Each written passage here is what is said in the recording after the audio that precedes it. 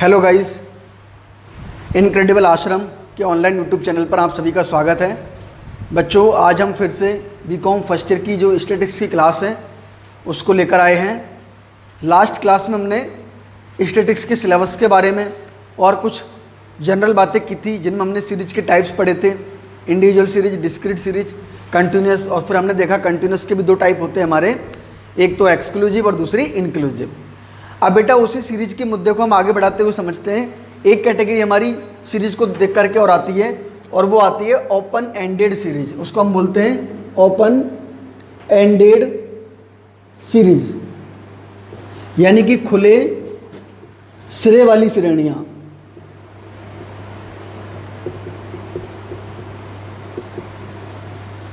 खुले सिरे वाली श्रेणियां, इसका मतलब जैसे बेटा आपने कंटिन्यूस सीरीज में देखा था कि कंटिन्यूस सीरीज में जो हमारे वैल्यूज़ होते हैं वो एक निश्चित ग्रुप में होते हैं। जैसे हमने एग्जांपल देखे थे लास्ट वीडियो में कि भाई ग्रुप में वैल्यूज़ हैं हमारे, वो 0 से 10, 10 से 20, 20 से 30, 30 से 40, इस तरीके से निश्चित ग्रुप में होते हैं। तो वहाँ पर हमको ग्रुप की लोअर लिमिट और अपर लिमिट यानी कि L1 और L2 दोनों दी गई होती है। लेकिन जो हम अब बात कर रहे हैं ओपन एंडेड सीरीज की, खुले सिरे वाली श्रेणियाँ, तो बेटा खुले सिरे वाली जो श्रेणियाँ होती हैं उनमें या तो हमको किसी सीरीज में L1 यानी कि लोअर लिमिट गायब कर देता है वो हमको, या किसी सीरीज में वो L2 यानी कि अपर लिमिट गायब कर देता है। तो यहाँ पर हमको एक सिरा तो कंप्लीट मिलता है, बट दूसरा सिरा हमारा खुला हुआ होता है। इसीलिए हम इसको बोलते हैं ओपन एंडेड सीरीज, खुले सिरे वाली श्रेणियाँ। लेकिन बच्चों, स्टेट्स में अगर हमको कोई रिजल्ट निकालना है, उन डेटाज को यूज करना है, तो उसके लिए हमारी सीरीज कंप्लीट फॉर्म में होना ज़रूरी होता है। इसलिए अगर सीरीज हमारी ओपन एंडेड है तो हम उसको एक्चुअल कंडीशन में लेकर के आते हैं, वास्तविक सीरीज के रूप में लेकर आते हैं, ताकि हम उससे कोई निष्कर्ष निकाल सकें। क्योंकि आपसे अगर कह दिया जाए कि भाई किसी बच्चे से कहा गया कि भाई बच्चे आपका जो है 12th क्लास में कितना परसेंटेज बना, तो बच्चा बोलता है कि सर मेरा 50 से ऊपर बना। अब 50 से ऊपर कितना बना, तो वो मैक्सिमम लिमिट हमको यहाँ पर नहीं बताई गई। तो कहीं ना कहीं उसको हमको डिसाइड करना होता है ताकि हम सही रिजल्ट के बारे में जानकारी प्राप्त कर सकें। तो बेटा यहाँ पर जो सीरीज है ओपन एंडेड सीरीज, वो बेसिकली हमको दो कैटेगरी में मिलती है। बाकी हम थर्ड कैटेगरी भी बना सकते हैं उसकी, जिसको हम मिक्स्ड सीरीज के रूप में कह सकते हैं। लेकिन ओपन एंडेड बेसिकली हमारी दो कैटेगरी में होती है। एक होती है हमारी less than series, less than यानी कि से कम वाली, से कम, और दूसरी होती है हमारी मोर देन यानी कि से अधिक वाली। कहने का मतलब है कि से कम में आपको वैल्यूज दी आई कि भाई 10 से कम, 20 से कम, 30 से कम। तो 10 से कम तो है लेकिन कितना, 20 से कम भी है लेकिन कितना, तो वो हमको डिसाइड करना होगा। यहाँ पर इन बातों को हम एग्जाम्पल से समझते हैं। देखिए मैं आपके सामने यहाँ पर एक एग्जाम्पल लेता हूँ। तो हमने ये एक एग्जाम्पल लिया जिसमें हमको वैल्यूज़, हम एक बात करें सैलरी की, सैलरी हमको यहाँ बताई गई है। तो उसमें बोल दिया गया कि less than 5,000, less than 10,000, less than 15,000, less than 20,000, less than 25,000। ये हमको सैलरी दे दी। इधर हमको बोल दिया नंबर ऑफ एम्प्लॉइज, कर्मचारियों की संख्या। तो कर्मचारियों की संख्या उसने हमको बताई, यहाँ पर 5, यहाँ पर 8, यहाँ पर 15, यहाँ पर 20 और यहाँ पर 30। इस तरीके से हमको बता दिया। तो अब देखिए इसमें सीरीज में हमने क्या देखा, सैलरी बताई गई है कि लेस देन 5,000, 5,000 से कम, 5,000 से कम सैलरी प्राप्त करने वाले जो एम्प्लॉइज हैं उनकी संख्या कितनी है, 5। यानी कि 5 व्यक्ति ऐसे हैं जो 5,000 से कम सैलरी प्राप्त करते हैं। फिर बोला गया लेस देन 10,000, 10,000 से कम सैलरी प्राप्त करने वाले व्यक्ति कितने, 8 है। लेकिन अब ध्यान देने वाली बात यह कि यहाँ पर अगर हम बात करें 10,000 से कम, तो जो ऊपर वाला ग्रुप है आपका 5,000 से कम, वो ऑटोमेटिकली हमारा इसमें इंक्लूड हो जाता है, क्योंकि जो 5,000 से कम है वो अपने आप ही 10,000 से भी कम होगा। इसी तरह आगे बोला गया कि लेस देन 15,000 कितनी है, 15, यानी कि 15,000 से कम सैलरी प्राप्त करने वाले व्यक्तियों की संख्या कितनी है, 15। तो इस 15 में ये 15,000 तक के तो शामिल है ही, साथ ही साथ ये दोनों भी शामिल हो जाएंगे क्योंकि ये दोनों 15,000 से कम है। तो यहाँ पर कहने का मतलब ये कि ग्रुप में जो वैल्यूज़ है, जो हमारे एम्प्लॉयज की संख्या है, वो एक दूसरे में क्या हो रही है, मर्ज हो रही है। तो कहीं ना कहीं अगर हमको अच्छा रिजल्ट लेना है, वास्तविकता का पता लगाना है, तो फिर हमको इनको क्लेरिफाई करना पड़ेगा कि भाई 5,000 से कम, लेकिन कहाँ से लेकर 5,000 तक कितने हैं, फिर 5,000 से लेकर 10,000 तक कितने हैं। इसने तो बोल दिया 10,000 से कम। अब 10,000 से कम में तो 8,000 भी आता है, 6,000 भी आता है, 5,000 भी आता है, 4,000 भी आता है, 3,000 भी आता है, 500 भी आता है, और जो कि ऊपर भी आ रहे हैं हमारे। तो इनको हमको क्या करना होगा, सबको अलग अलग करना होगा ताकि हम इनके वास्तविक परिणाम निकाल सकें। तो देखिए वो कैसे करते हैं, हम उसको समझेंगे हम। तो देखो बेटा, इस प्रकार की सीरीज में अगर हमको रिजल्ट लेना है तो हमको इसको एक्चुअल कंडीशन में कन्वर्ट करना होगा। तो कैसे कन्वर्ट करेंगे, तो पहले हम बनाएंगे इसके ग्रुप। क्या बनाएंगे बेटा, इसके ग्रुप बनाएंगे, वास्तविक ग्रुप बनाएंगे। अब वास्तविक ग्रुप कैसे बनाना है, तो देखो बहुत सिंपल कंसेप्ट से हमको समझना है सारी बातों को, बहुत आसान है स्टेट्स। यदि आप इसमें रेगुलरली स्टडी करते हो, मेहनत करते हो और सभी बातों को बेसिकली समझते हो, तो ये समझिए कि आप बहुत अच्छा स्कोर कर सकते हो उसमें। यानी कि 95 से ऊपर मार्क्स बड़े आराम से लाए जा सकते हैं आउट ऑफ 100 स्टेट्स में। बस हमको रेगुलरली स्टडी करने की ज़रूरत होती है और हर कंसेप्ट को बेसिकली समझना है। इन चीज़ों की शॉर्ट ट्रिक भी होती है जो मैं आपको बताऊंगा, लेकिन शॉर्ट ट्रिक से पहले हम सभी बातों को बेसिक कंसेप्ट से समझेंगे, क्योंकि बेसिक कंसेप्ट को अगर हमने एक बार ढंग से समझ लिया है तो फिर बेटा हम उसको लॉन्ग टर्म तक कभी भूलते नहीं हैं। बाई चांस अगर क्वेश्चन टेक्निकल भी आ जाता है तो हम उसको बड़े आराम से कर पाते हैं। जैसे इसी साल के मैं बात करूँ, 12th बोर्ड का जो पेपर हुआ था, तो उसमें अकाउंट्स का जो पेपर आया था उसमें कोई विशेष बात नहीं थी, पेपर बहुत ईजी था, लेकिन फिर भी मैक्सिमम बच्चों जो है उस पेपर को देख करके डिस्टर्ब हो गए और अपनी 100% परफॉर्मेंस वो नहीं दे पाए। उसके पीछे रीज़न क्या था, उसके पीछे रीज़न था कि वो पेपर थोड़ा सा टेक्निकल था। अब जिन बच्चों की बेसिक कंसेप्ट से जिन्होंने तैयारी की थी, जिन्होंने फंडामेंटल्स को समझते हुए स्टडी की थी, बिल्कुल सरल माइंड से उनको समझा था, तो वो अपने पेपर को बड़े आराम से कर पाए। लेकिन जो बच्चे शॉर्ट ट्रिक के पीछे पड़े तो कहीं ना कहीं वो बच्चे प्रॉब्लम फेस कर पाए। इसीलिए हमको पहले बेसिक कंसेप्ट को समझना है, उसके बाद हमको शॉर्ट ट्रिक्स को समझना है, ताकि एग्जाम में अगर शॉर्ट ट्रिक्स के माध्यम से अगर हमारा टाइम बच सकता है तो हमको बचाना है। लेकिन अगर क्वेश्चन टेक्निकल आ जाता है तो वहाँ बेटा शॉर्ट ट्रिक हमारी फेल हो जाती है, क्योंकि शॉर्ट ट्रिक एक पर्टिकुलर कंडीशन पर ही एप्लीकेबल होती है, जबकि बेसिक कंसेप्ट हमारा हर सिचुएशन में एप्लीकेबल हो जाता है। इसलिए हमको बेसिक कंसेप्ट समझना है। तो देखिए पहले हम इसके ग्रुप बनाते हैं। ग्रुप कैसे बनाएंगे हम, तो पहले हमको एक बार पूरी सीरीज को एनालिसिस करना है, देखना है। तो हमने यहाँ पर देखा कि भाई less than 5,000, less than 10,000, less than 15,000, less than 20,000 and less than 25,000, सभी में हमने देखा तो 5,000 के हमको डिफरेंस नज़र आ रहे हैं। इसका मतलब अगर इन सब में 5,000 के डिफरेंस है तो हम जो ग्रुप बनाएं तो वो ग्रुप भी हमको 5,000 के डिफरेंस से बना लेने चाहिए। तो अब हमको बनाना है, पहले उसने बोला कि लेस देन 5,000, 5,000 से कम, तो 5,000 से कम हमको लेना है। तो हम 5,000 से कितना कम लें, तो जो हमने इन सब में डिफरेंस देखा है हम उस डिफरेंस के बेस पर ही कम कर रहेंगे। तो 5,000 से कितना कम करेंगे, तो 5,000 से हम बेटा 5,000 कम कर देंगे। तो जब 5,000 में से 5,000 कम करेंगे तो कितनी वैल्यू आएगी हमारे सामने, 0 आ जाएगी। यानी कि पहला ग्रुप हमारा बन जाएगा 0 से लेकर के 5,000 तक, क्योंकि 5,000 से कम बोल रहा है। तो हमने पहला ग्रुप बनाया 0 से लेकर 5,000, जो कि 5,000 से कम है, जिसमें कि 0, 1, 2, 3, 4, 10, 100, 500, 1,000, 2,000, 2,500, 3,000, 3,500, 4,000, 45, 48, 49 और 5,000, ये हमारी सारी वैल्यू जिसमें इंक्लूड है। आगे इसी प्रकार से हम आगे बढ़ेंगे। इसने बोला लेस देन 10,000, 10,000 से कम, लेकिन 10,000 से कितना कम करेंगे हम, तो 10,000 से हम 5,000 कम करेंगे। 10,000 में से हम 5,000 कम करेंगे, कितना आएगा 5,000। यानी अगला ग्रुप बन गया 5,000 से लेकर के कितना 10,000। आगे फिर बोला इसने 15,000 से कम, तो 15,000 से कितना कम, वही 5,000 कम। तो ग्रुप बन गया 15,000 में से 5,000 लेस करेंगे तो 10,000 से लेकर के और 15,000 तक हमारा ये ग्रुप बन जाता है। नेक्स्ट है आपका लेस देन 20,000, 20,000 से कम। तो 20,000 से कितना कम लेंगे, तो 20,000 से बेटा हम 5,000 कम लेंगे। तो 20,000 में से हमने 5,000 कम कर दिया तो कितना आ गया मेरे लाल 15,000, और ग्रुप बन गया 15,000 से लेकर के 20,000 तक। नेक्स्ट इसने बोला लेस देन 25,000, यानी कि 25,000 से कम। तो 25,000 से कितना कम करेंगे, तो वही 25,000 से हम 5,000 कम करेंगे, तो 25 में से 5 गए तो बेटा कितने बचेंगे, 20,000 से लेकर के, और ये बन गया हमारा ग्रुप कितना, 25,000।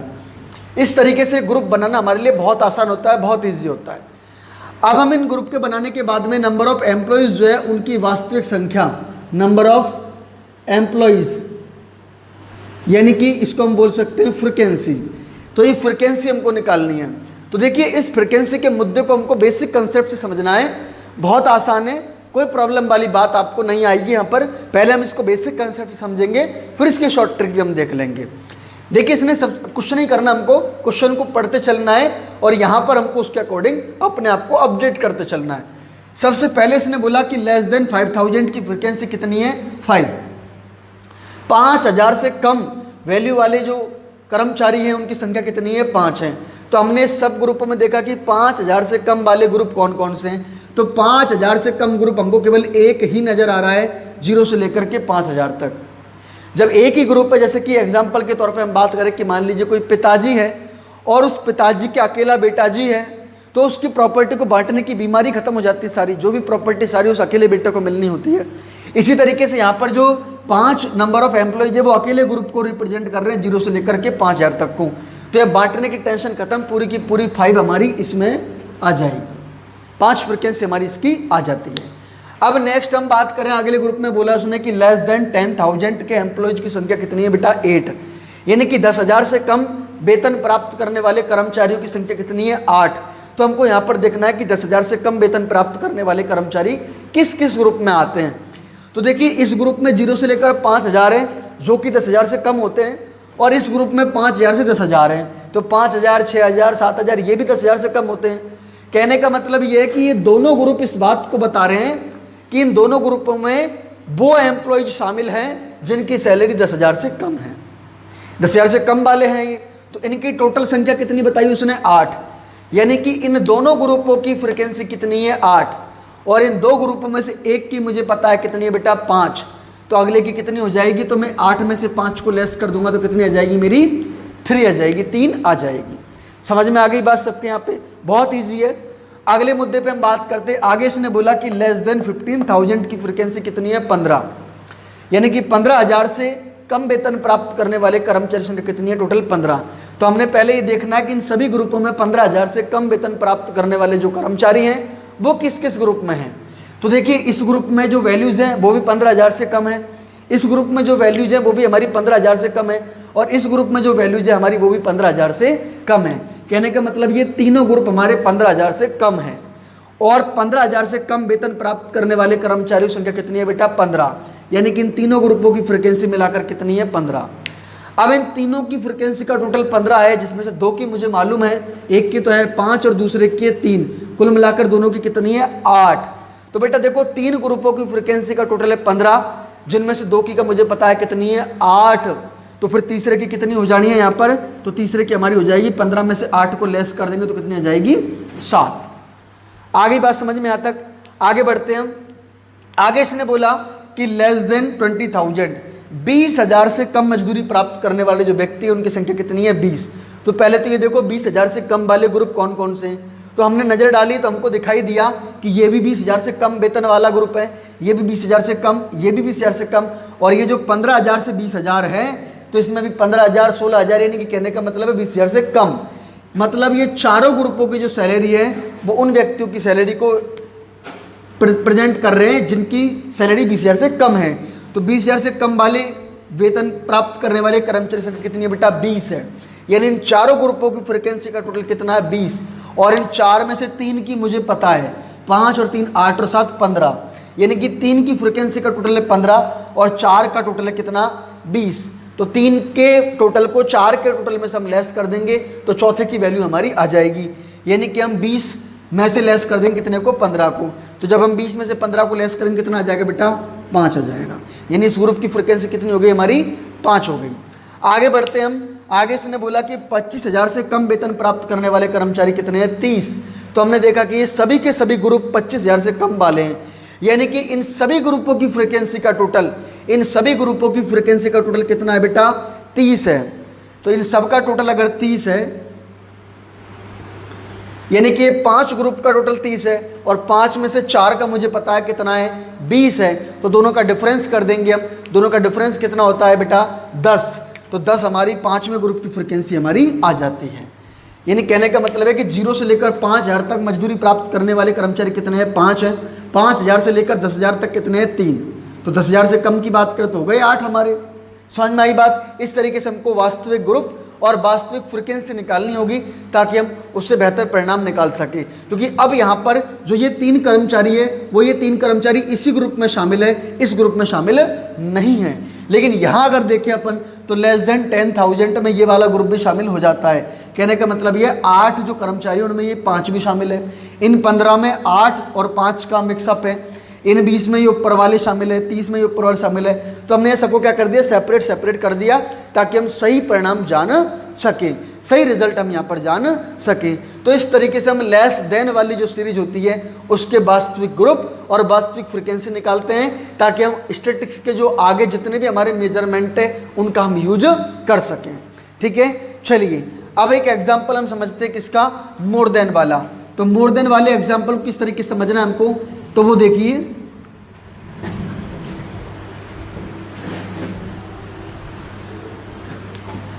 हम यहां पर एक एग्जाम्पल लेते हैं और इसमें हम लेते हैं मार्क्स। और मार्क्स हमने लिए यहां पर कि more than 40, more than 50, more than 60, more than 70, more than 80 and more than 90। ये हमने मार्क्स ले लिए। इधर हमने ले लिए बेटा number of students, number of students. यहाँ हमने लिया 100, यहाँ लिया हमने 70, यहाँ हमने लिया 50, यहाँ 35 और यहाँ हम ले लेते हैं 15 और यहाँ ले लेते हैं हम 5। अब इस एग्जाम्पल को समझते हैं। पहले तो इस एग्जाम्पल बोल रहा है कि भाई मोर देन 40 यानी कि 40 से अधिक अंक प्राप्त करने वाले व्यक्ति कितने हैं, 100 हैं। फिर इसने बोला कि 50 से अधिक अंक प्राप्त करने वाले व्यक्ति कितने हैं, 70 हैं। फिर इसने बोला कि 60 से अधिक अंक प्राप्त करने वाले व्यक्ति कितने हैं, 50 हैं। फिर 70 से अधिक अंक प्राप्त करने वाले व्यक्ति कितने हैं, 35। फिर 80 से अधिक अंक प्राप्त करने वाले कितने हैं, 15। और फिर 90 से अधिक अंक प्राप्त करने वाले व्यक्ति कितने हैं, 5। समझ में आई बात। अब देखो बेटा बात क्या है कि जिस बच्चे ने 90 से अधिक अंक प्राप्त किए हैं, चाहे वो 95 हो, चाहे 98 हो, चाहे वो 100 हो, चाहे 91 हो, 90 से अधिक प्राप्त किए तो वो 90 से अधिक अंक प्राप्त करने वाला व्यक्ति 80 से अधिक भी कहलाएगा, 70 से अधिक भी कहलाएगा, 60 से अधिक, 50 से अधिक, 40 से अधिक भी कहलाएगा। क्योंकि जिसके 90 से अधिक है वो 40 से अधिक ऑटोमेटिकली हो गया, क्योंकि 90 40 से बड़ा होता है। जिस बच्चे के 60 से अधिक अंक है तो वो 50 और 40 दोनों से भी अधिक कहलाएगा अपने आप ही। कहने का मतलब है ये बच्चे एक दूसरे में इंक्लूड हो रहे हैं, तो हमको यहाँ पर सेपरेट करना होगा। क्योंकि उसने बोला कि 40 से अधिक तो है लेकिन कम कितने से है वो हमको नहीं बताया गया। यानी एक सिरा तो हमारा कंप्लीट है कि 50 से अधिक, मतलब मिनिमम लिमिट हमको यहाँ दे दी। मिनिमम लिमिट कितनी है, 50 तो है, ये 50 से अधिक है। तो L1 तो हमको बता दी 50, लेकिन L2 कितनी है, यहाँ हमको L1 बता दी 60, लेकिन L2 कितनी है। कहने का मतलब एक सिरा तो हमको यहाँ पर कंप्लीट दिया हुआ, लेकिन दूसरा सिरा हमको पता नहीं है। और जब तक हमको दोनों सिरे कंप्लीट नहीं होते, एक्चुअल ग्रुप और एक्चुअल फ्रीक्वेंसी हमको पता नहीं होती, तब तक हम स्टैटिस्टिक्स के जितने भी मेजर्स हैं उनको सही तरीके से अप्लाई नहीं कर सकते और सही रिजल्ट हम नहीं निकाल सकते। तो क्या करना होगा, इस प्रकार की सीरीज में भी हमको एक्चुअल ग्रुप और एक्चुअल फ्रीक्वेंसीज का मालूम करना होगा।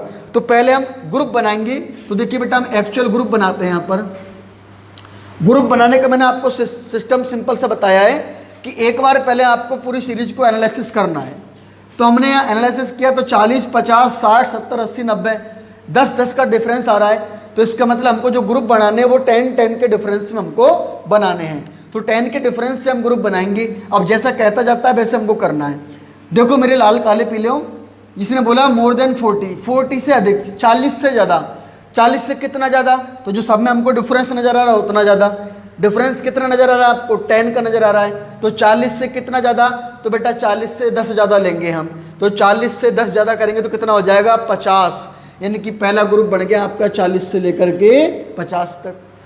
आगे बोला इसने मोर देन 50, 50 से ज़्यादा, तो 50 से कितना ज़्यादा, तो वही 50 से 10 ज़्यादा, यानी कि 50 से लेकर के 60। आगे बोला मोर देन 60, 60 से ज़्यादा, तो 60 से कितना ज़्यादा, तो 60 से 10 ज़्यादा, यानी कि 60 से 70। आगे बोला 70 से ज़्यादा, तो मेरे लाल 70 से कितना ज़्यादा, 70 से 10 ज़्यादा, तो 70 से 80। उसी प्रकार 80 से लेकर के 90 और 90 से लेकर के 100 तक, ये हमारे क्या बन गए, एक्चुअल ग्रुप बन गए। अब हम क्या निकालेंगे, हम एक्चुअल फ्रीक्वेंसी निकालेंगे। एक्चुअल फ्रीक्वेंसी मतलब number of students, number of students आपको निकालने हैं। तो देखिए आप ध्यान दीजिएगा, समझेंगे अपन, बेसिकली समझेंगे। इसने बोला मोर देन 40, 40 से अधिक अंक प्राप्त करने वाले व्यक्ति कितने हैं, 100 हैं। अब आपने जो ग्रुप बनाए उन ग्रुपों में देखो कि 40 से अधिक अंकों को शामिल करने वाले ग्रुप कौन कौन से हैं। तो इसमें 40 से 50 यानी कि 40 के बाद में 41, 42, 43, 45 जो कि 40 से अधिक है। ये 50 से लेकर 60 तक, ये भी 40 से अधिक है। ये 60 से 70 है, ये भी 40 से अधिक है। ये भी 40 से अधिक है, ये भी 40 से अधिक है, और ये भी 40 से अधिक है। कहने का मतलब हमको बोर्ड पर जितने भी ग्रुप दिखाई दे रहे हैं वो सबके सब 40 से अधिक है, और उनकी संख्या कितनी है, 100। यानी कि हम ये बोल सकते हैं कि इन सभी ग्रुपों की फ्रीक्वेंसी का टोटल कितना है मेरे लाल, 100 है। लेकिन मुझे सबकी नहीं चाहिए, मुझे तो केवल 40 से 50 की चाहिए, और 40 से 50 की मुझे अभी तक तो क्लियर हुई नहीं। तो कोई बात नहीं, टेंशन लेने की जरूरत नहीं है। हम आगे अगले ग्रुप को पढ़ते हैं। अगले मुद्दे पर उसने बोला कि मोर देन 50 की फ्रीक्वेंसी कितनी है, 70। 40 से अधिक मूल्य प्राप्त करने वाले व्यक्तियों की संख्या कितनी है, 70। तो अब देखिए, सॉरी 50 से अधिक 70। तो अब देखिए 50 से अधिक वाले कौन कौन से हैं। तो इसमें तो 40 से 50 है, 40, 45, 46, 47, 48 जो कि 50 से कम है। हमको तो 50 से अधिक लेना है। तो देखो 50 से अधिक ये वाला हो जाएगा हमारा, ये 50 से अधिक, ये भी और ये भी, यानी कि ये सारे ग्रुप हमारे 50 से अधिक है। तो हम कह सकते हैं कि 50 से अधिक जो अंक है हमारे, उनमें स्टूडेंट की संख्या कितनी है, 70। कहने का मतलब इन जो 6 ग्रुप है, इन 6 ग्रुपों की फ्रीक्वेंसी का टोटल तो कितना है, 100। और इन 6 में से एक को छोड़ करके 5 की फ्रीक्वेंसी का टोटल कितना है, 70। अब 6 का टोटल 100 है और 5 का टोटल 70 है। तो अगर हम इन दोनों का डिफरेंस करेंगे, 6 के टोटल में से 5 का टोटल घटाएंगे तो 1 का अपने आप आ जाएगा। तो इन 6 के टोटल में से मैंने इन 5 का यहाँ तक का हटा दिया। 100 में से 70 गए तो कितने बचे, 30। तो अब आप ही सोचिए कि 30 किसकी फ्रीक्वेंसी होनी चाहिए भाई, यहाँ तक की 70 है और इसको और शामिल कर ले तो 100 हो जाती है। तो कितने शामिल करे होंगे हमने, 30। किसके शामिल करे होंगे, इसके। तो इस वाले ग्रुप की फ्रीक्वेंसी कितनी आ गई बेटा हमारी, 30 आ गई। कितनी आ गई इसकी, 30। समझ में आ गई बात कैसे आई, 100 में से लेस कर दिया हमने कितने को, 70 को। क्लियर है, बहुत आसान मुद्दा है, बस कंसेप्ट से हमको समझना है। आगे बात करते हैं। फिर अब देखो हम यहाँ तक पहुँच चुके, अब आगे बढ़ते हैं। आगे इसने बोला कि मोर देन 60 की फ्रीक्वेंसी कितनी है, 50। 60 से अधिक अंक प्राप्त करने वाले व्यक्तियों की संख्या कितनी है, 50। तो अब आप ये देखिए कि 60 से अधिक वाले ग्रुप कौन कौन से हैं। तो हमने देखा कि 60 से अधिक वाले ग्रुप कौन कौन से नज़र आ रहे हैं हमको। तो देखो ये 60 से कम है और ये भी 60 से कम है। लेकिन अगर हम देखें कि ये सभी ग्रुप हमारे 60 से अधिक वाले हैं, तो 60 से अधिक की फ्रीक्वेंसी कितनी है, 50। अब देखो इसकी तो हमको क्लियर हो ही गई। इन 5 ग्रुप की फ्रीक्वेंसी कितनी है, 70। और इन 4 की कितनी है, 50। 5 की कितनी है, 70 और इन 4 की कितनी है, 50। तो अगर 5 के टोटल में से 4 का टोटल हम अगर हटा देंगे तो 5वें की वैल्यू आ जाएगी, नहीं आ जाएगी। तो इसकी वैल्यू निकालने के लिए हम क्या करेंगे, इन 5 का जो टोटल है हमारा 70, उसमें से लेस कर देंगे 4 के टोटल को जो कितना है हमारा 50। तो कितना आ गया बेटा, 20 आ गया। कितना आ गया, 20। बहुत आसान है, समझ में आई बात। आगे बढ़ते हैं। फिर आगे इसने बोला मोर देन 70। 70 से अधिक की फ्रीक्वेंसी कितनी है बेटा, 35। तो जरा आप देखते हैं, हम देखो इसको तो हमने हटा दिया, यहाँ से ये कर दिया हमने इसको रिमूव। और अब उसने बोला कि 70 से अधिक की फ्रीक्वेंसी कितनी है, 35। तो 70 से अधिक वाले ग्रुप कौन कौन से, तो ये तीनों ग्रुप हमारे 70 से अधिक है। 70 से 80, 80 से 90, 90 से 100। इनकी फ्रीक्वेंसी कितनी है बेटा, 35, 35। इन 3 ग्रुपों की फ्रीक्वेंसी का टोटल कितना है, 35। और इन 4 का टोटल कितना है बेटा, 50। तो हम क्या करेंगे, इन 4 के टोटल में से 3 का टोटल लेस कर देंगे, तो हमारी इसकी फ्रीक्वेंसी आ जाएगी। 4 का टोटल कितना है हमारा बेटा, 50। और 3 का कितना है, 35। 50 में से 35 लेस कर कितना आ गया मेरे लाल, 15 आ गया, तो 15 हमारी इसकी फ्रिक्वेंसी आ गई। आगे बात समझ में, बहुत सिंपल कंसेप्ट से हमको समझना है इनको। फिर आगे इसने बोला, आगे क्या बोला कि मोर देन 80 की फ्रिक्वेंसी कितनी है, 15। 80 से अधिक की फ्रिक्वेंसी 15 है। तो जरा देखिए 80 से अधिक वाले ग्रुप कौन कौन से हैं। तो हमने नज़र डाली तो ये दोनों ग्रुप हमको 80 से अधिक नजर आए, और इन दोनों की फ्रिक्वेंसी कितनी बताई उसने, 15, यानी कि इन दोनों की कितनी हो गई मेरे लाल, 15। अब इन 3 ग्रुप की फ्रिक्वेंसी कितनी है, 35, और इन 3 में से 2 की कितनी है, 15। तो अगर मैं 2 का और 3 का डिफरेंस करूंगा तो इसकी वैल्यू मुझे मालूम चल जाएगी। तो फिर मैंने क्या किया, मैंने इसका जो टोटल है, हमारी 3 का टोटल कितना है 35, उसमें से लेस कर दिया, 2 का टोटल कितना है 15। तो कितना आगे बताइए, तो 35 में से 15 गए तो 20, हमारी इसकी फ्रिक्वेंसी आ गई। आगे बात समझ में। आगे फिर इसने बोला कि मोर देन 90 से अधिक की फ्रिक्वेंसी कितनी है, 5।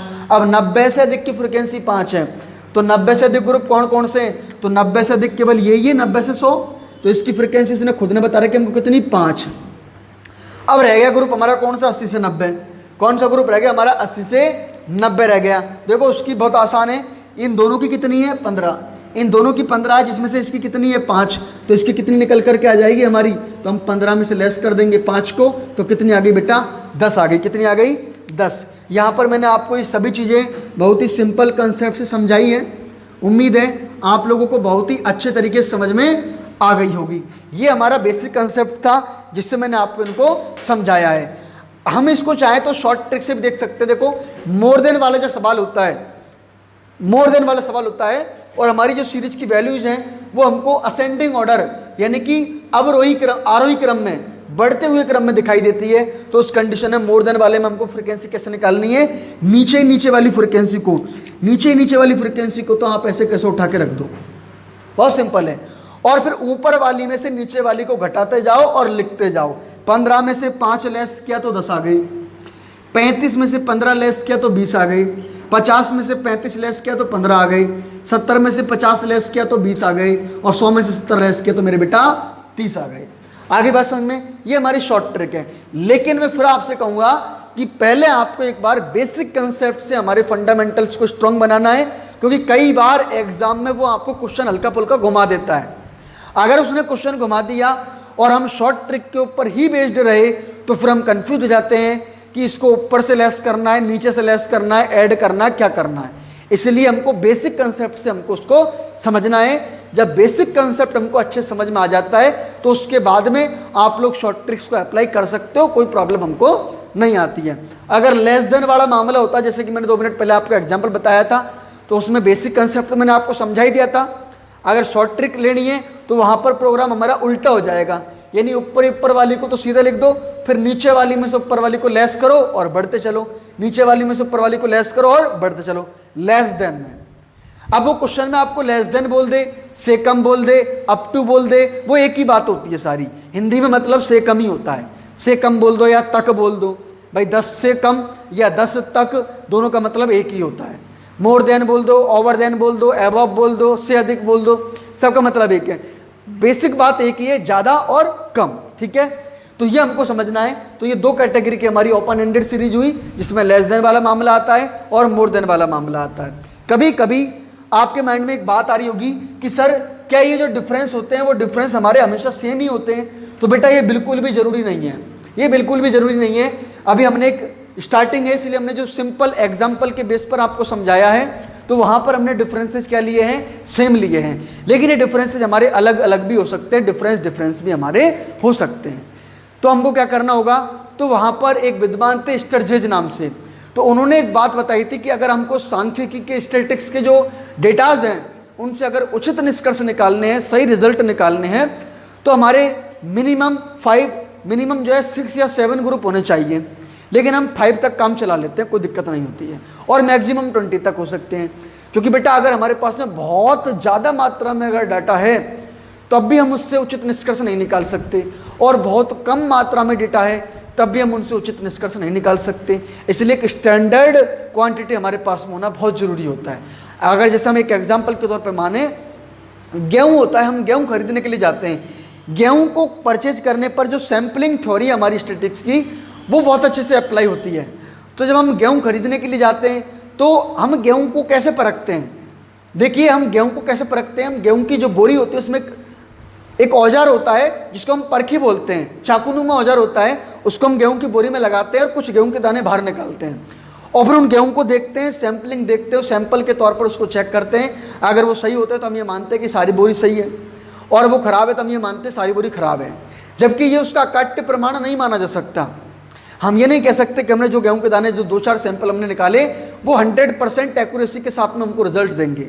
लेकिन अगर हम बोरी को खोल करके उसको एक एक दाने को अगर चेक करेंगे तो मैं समझता हूँ कि शायद हमको साल भर लग जाएगी उस बोरी को चेक करने में। यानी कि कहने का मतलब है कि हमको बहुत ज़्यादा टाइम उसको चेक करने में लग जाएगा। और अगर हम 1-2 दाने ही देख करके निष्कर्ष निकाले तो वो भी उचित नहीं है कहीं ना कहीं। इसलिए स्टरजेज ने भी ये बताया था कि भाई मिनिमम 6-7 और मैक्सिमम 20 ग्रुप होने चाहिए। तो उस चीज़ को हम यहाँ पर यूटिलाइज करते हैं जब हमारे डिफरेंसेस क्या होते हैं, अलग अलग होते हैं। बाकी अगर पॉसिबल नहीं है तो कोई बात नहीं, हम डिफरेंस अलग अलग लेकर भी हमारी सीरीज को एक्चुअल ग्रुप और एक्चुअल फ्रीक्वेंसी के बेस पर सॉल्व कर। तो बच्चों ये जो मामला है हमारा कि भाई जैसे ग्रुप में हमारे डिफरेंस अलग अलग आ जाए तो हम किस तरीके से उसको सॉल्व करते हैं, और जो हमारी इंक्लूसिव सीरीज होती है उस इंक्लूसिव सीरीज को एक्सक्लूसिव में कैसे कन्वर्ट करते हैं, तो ये दोनों बातें हम नेक्स्ट क्लास में, नेक्स्ट वीडियो में करेंगे। तो बेटा आज की क्लास में हम केवल इतना ही लेते हैं, क्योंकि हमको बहुत ही धीरे धीरे छोटे छोटे टॉपिक्स को एक एक करके समझना है ताकि हम सही बातों को आसानी से समझ सकें। और आप लोग मार्केट में ट्राई करके, अगर मार्केट में बुक्स वैसे तो आ चुकी है, आप वहाँ से बुक्स परचेज करके और जो कंसेप्ट मैं आपको यहाँ बोर्ड पे समझाता हूँ उनको घर पे अपनी ओर से धीरे धीरे प्रैक्टिस करते रहें। हमको अभी बिल्कुल ज़रूरी नहीं है कि हम अभी 8-8, 9-9 घंटे घर पे सेल्फ स्टडी करें। आप बस केवल इतना कीजिए कि क्लासरूम में आपको जितना पढ़ाया जा रहा है आप उस कंसेप्ट को बहुत अच्छे से समझ लीजिए। और अगर पॉसिबल हो सके और आपके पास में बुक है या आप बुक मैनेज कर सकते हो तो वहाँ से उन कंसेप्ट को जो आपको टॉपिक पढ़ाया गया है उससे रिलेटेड जो भी एग्जाम्पल्स और न्यूमेरिकल्स है उनकी आप प्रैक्टिस कीजिए। हमको धीरे धीरे सभी कंसेप्ट को समझना है, क्योंकि अगर एकदम से मैं आपको सारी बातें डाल दूंगा तो फिर हम डिस्टर्ब हो जाएंगे, कंफ्यूज हो जाएंगे, तो मैं वो बिल्कुल नहीं चाहता। क्योंकि स्टार्टिंग में हमारे जो बेसिक कंसेप्ट है वो अगर हम एक एक टॉपिक को ही समझेंगे तो वो हमारे माइंड में बिल्कुल क्लियर रहेंगे और हम लॉन्ग टर्म तक उसको याद रख सकेंगे। तो बेटा आज की वीडियो में हम इतना ही, और मिलते हैं अगली वीडियो में एक नई जोश के साथ में। तो बच्चों आज की वीडियो और आज का टॉपिक अगर आपको पसंद आया हो, समझ में आया हो, तो आप इस वीडियो को लाइक कीजिएगा और अपने सभी क्लासमेट्स के साथ, सभी दोस्तों के साथ में इसको शेयर कीजिएगा। और यदि किसी तरह का कोई डाउट आपको नज़र आता है या कोई प्रॉब्लम है तो आप नीचे कमेंट्स बॉक्स में लिख करके ज़रूर बताएं। ठीक है, थैंक यू बेटा।